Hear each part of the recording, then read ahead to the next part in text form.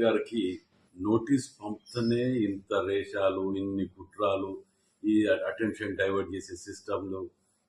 అంటే మీరు ఏది చేసినా చట్టం మిమ్మల్ని ఏం చెయ్యొద్దనా? మీరు నిజాయితీ పరులైతే నీ బిడ్డ చెప్పిన దానికి జవాబు చెప్పు. నువ్వు నిజాయితీ పరుడు అయితే చక్కగా వెళ్ళి సిటీకి ఏం జరిగిందో వాళ్ళు అడిగిన ప్రశ్నలు చెప్పి నీ నిజస్వరూపాన్ని, నీ నిజాయితీని తెలియజేసుకో.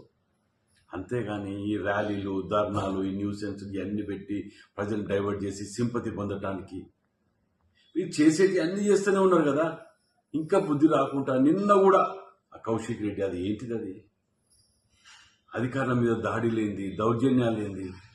అంటే మీరు ఏమి చేసినా చూసుకుంటూ విచారణ విలువద్దు. మీరేమన్నా మీదికెళ్ళి ఊడిపడ్డారా?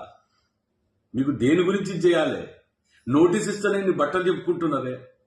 మరి గతంలో ఇంతమందిని లోపటించినప్పుడు గుర్తు రాలేదు, సోయి రాలే, మేము వచ్చి నిరూపించుకోలేము ఆ నిజాయితీని.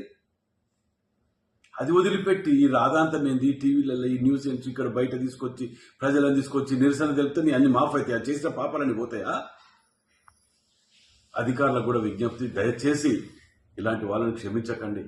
మీ యొక్క వృత్తిపరమైన న్యాయమైనది ఏది ఉంటే అది చేయవలసిందిగా విజ్ఞప్తి చేస్తున్నా. దేనికంటే దీంట్లో వీళ్ళు చేసే తప్పులు, మంది మార్బల్ నేర్చుకుని దాడిలు, దౌర్జన్యాలు, తిరగబాటు చేసినట్టు మాట్లాడి ఏమనంటే ఉద్యమం దానికో పేరు పెట్టి చేసేటి అన్ని దొంగతనాలు, పేర్లు, ఉద్యమాలు.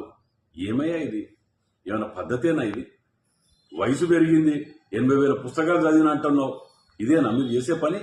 ఇదేనా నీ రెచ్చగొట్టడం, తెలంగాణ తగలబెట్టడం అనేది? బిడ్డ, ఇక్కడెక్కడ గొడవలు జరుగులు, ఎక్కడ ఏది జరిగినా అది మాత్రం మంచి పరిణామం కాదు. తెలంగాణని ఇదివరకే అప్పుల పాలు చేసి సర్వనాశనం చేసి మళ్ళా మాయమాటలతో చెప్పి అధికారంలోకి వస్తే మళ్ళీ ఏదో వస్తాం, రాబోతాం, వస్తే 3 ఏళ్లలో చింపుతాం, చేస్తాం. ఇవన్నీ మర్చిపోండి. మీరు ప్రజలు నమ్మరు. ఇంత కూడా తెలంగాణ లేకుండా ఖతం చేస్తారు వీళ్ళు, ఈ కుటుంబం కనుక మళ్ళీ అధికారంలోకి వస్తే. దయచేసి వీరు నమ్మకండి ప్రజలారా. వీరు చేసిన పాపాలు అన్ని పండినాయి, అవి చివరి దశకు వచ్చినాయి. కాబట్టి ఇక ఆ దోచుకున్న డబ్బుతోటి మందబలం చూపించి ఎట్లా పడితే అట్లా మాట్లాడితే వీళ్ళు చేసిన పాపాలన్నీ పోతే అనుకుంటున్నారు. ఇలా సొంత బిడ్డ చెప్పినా బుద్ధి రావట్లేదంటే ఇంకా వీరికి ఎవరు చెప్తే బుద్ధి వస్తుందో అర్థం చేసుకోవాలని విజ్ఞప్తి చేస్తున్నారు.